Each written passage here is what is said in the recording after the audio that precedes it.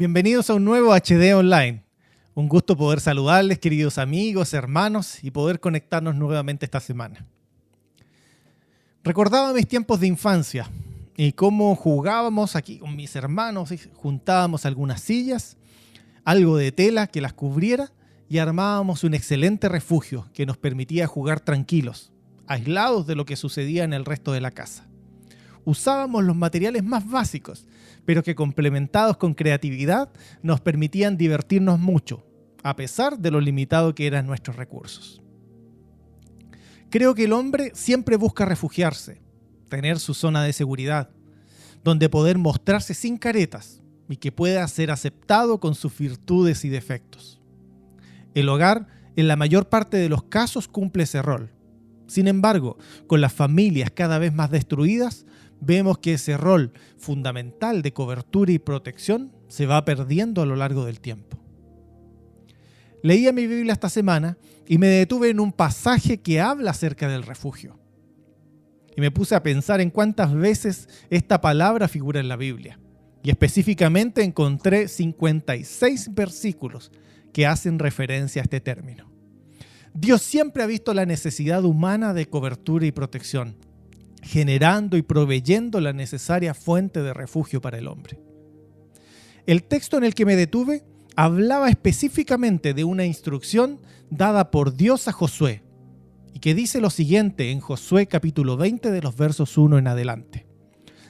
Habló Jehová a Josué diciendo: habla a los hijos de Israel y diles: señalaos las ciudades de refugio, de las cuales yo os hablé por medio de Moisés, para que se acoja allí al homicida que matare a alguno por accidente y no a sabiendas, y os servirán de refugio contra el vengador de la sangre. Y el que se acogiere a alguna de aquellas ciudades se presentará a la puerta de la ciudad y expondrá sus razones a oído de los ancianos de aquella ciudad, y ellos le recibirán consigo dentro de la ciudad y le darán un lugar para que habite con ellos. Si el vengador de la sangre le siguiere, no entregarán en su mano al homicida, por cuanto hirió a su prójimo por accidente, y no tuvo con él ninguna enemistad antes. Y quedará en aquella ciudad hasta que se comparezca en juicio delante de la congregación, y hasta que muera el que fuere el sumo sacerdote en aquel tiempo. Entonces el homicida podrá volver a su ciudad, y a su casa, y a la ciudad de donde huyó. Amados, lo primero que me llama la atención es cómo Dios tiene tanto cuidado de su pueblo, que a lo largo de la historia ha provisto de leyes, estatutos que le permitían también una sana convivencia interna.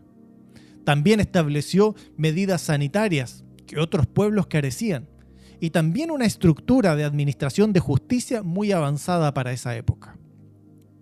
Volvamos un poco a los conceptos básicos de cómo operaba la justicia en aquel entonces, que no contaban con toda la estructura moderna de tribunales, jueces, fiscales y defensores que disponemos el día de hoy. En aquel entonces, al igual que hoy, uno de los mayores crímenes que un hombre podía cometer era el asesinato u homicidio. El sistema judicial hebreo requería castigar a los culpables de este crimen de asesinato intencional. Y específicamente, una sangre derramada solo podía ser expiada por la sangre de aquel que cometió el crimen, preferiblemente a manos del vengador de la sangre, era el pariente más cercano. Pero aún en estas circunstancias, Dios proveyó una salida para proteger a su pueblo de asesinatos y venganzas uno tras otro. Entonces, si una persona resultaba muerta por accidente, Dios les preparó una salida.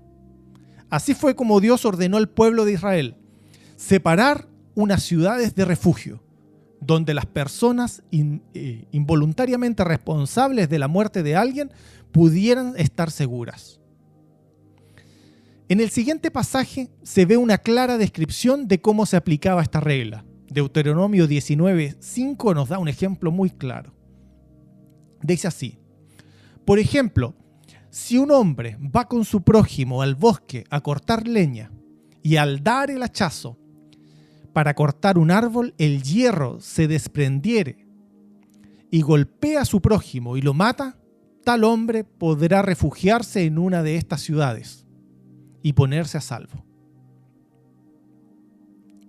Estas ciudades entonces hablaban mucho acerca de la administración de justicia y de cómo Dios les dio la posibilidad de proteger a aquel que accidentalmente derramara sangre y también a la persona que procuraba la venganza, por cuanto evitaba que ella pudiera matar a alguien que involuntariamente había cometido ese homicidio. Entonces, al analizarlo hoy, pudiéramos nosotros tener la sensación de que aquellas llamadas ciudades de refugio se asociaban a lugares de impunidad. Sin embargo, la realidad está muy lejos de eso. Eran lugares de juicio. Recordemos que el homicida no podía llegar e ingresar a estas ciudades de refugio, sino que era recibido allí en la puerta por los ancianos, quienes le oían y decidían si su relato era creíble, permitiéndole posteriormente el ingreso. En caso contrario, era entregado al vengador de la sangre. Una vez dentro, el homicida podía vivir y prepararse para el juicio. Es allí donde entra también a participar toda la comunidad. Leemos en Números que nos dice lo siguiente: entonces la congregación juzgará entre el que mató y el vengador de la sangre conforme a estas ordenanzas. Y un poco más adelante en el mismo libro nos dice lo siguiente: la congregación librará al acusado de la mano del vengador de sangre y la congregación lo restaurará allá ciudad de refugio a la cual huyó. La congregación jugaba varios papeles entonces que eran muy importantes.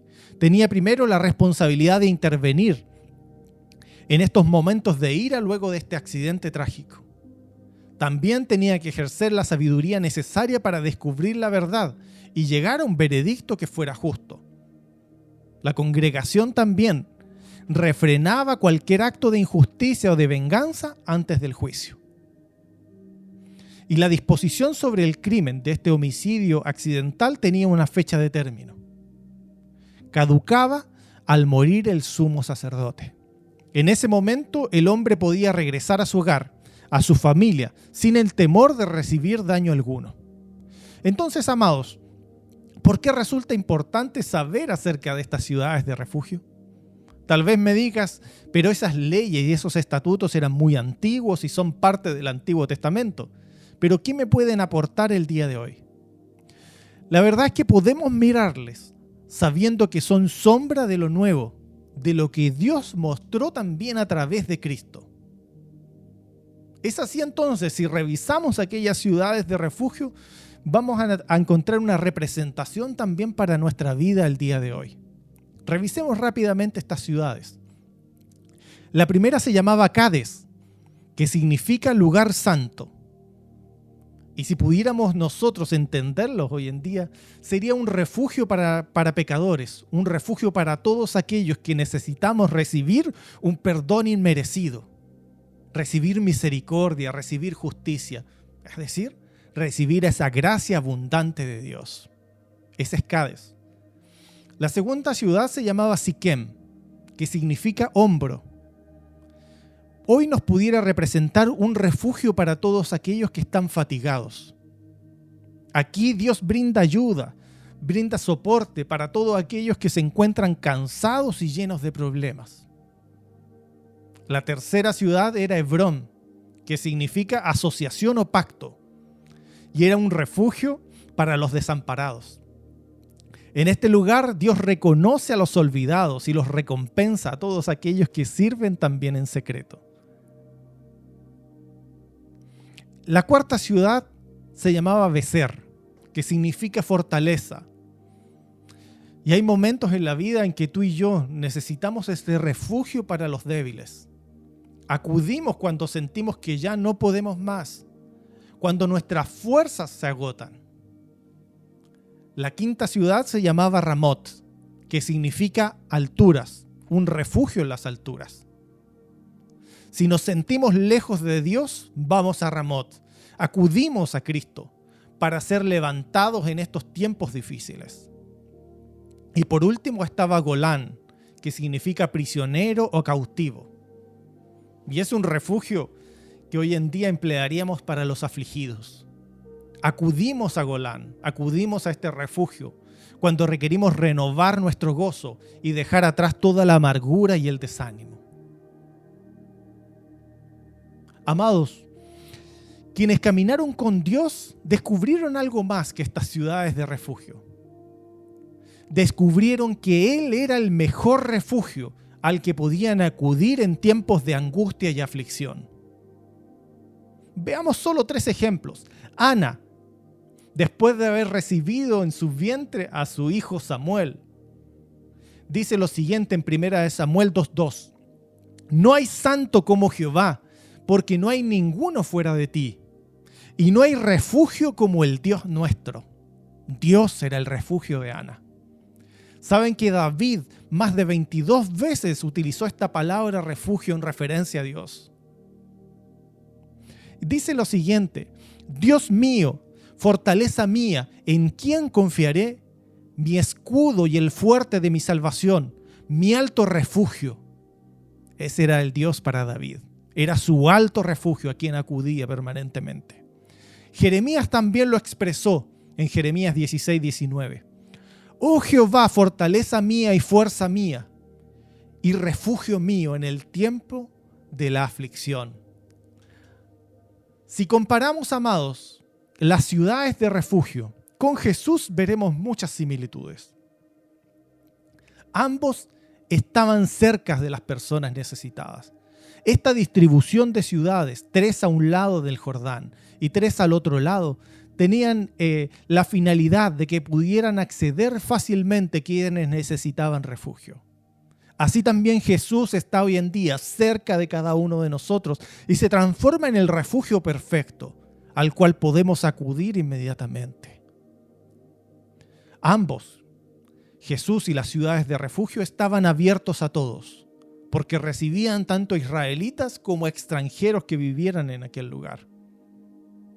Jesús no hace acepción de personas y puedes acudir a Él en cualquier momento y en cualquier condición. Ambos son un lugar para poder vivir y permanecer. No hay nada mejor que habitar en la presencia de Dios.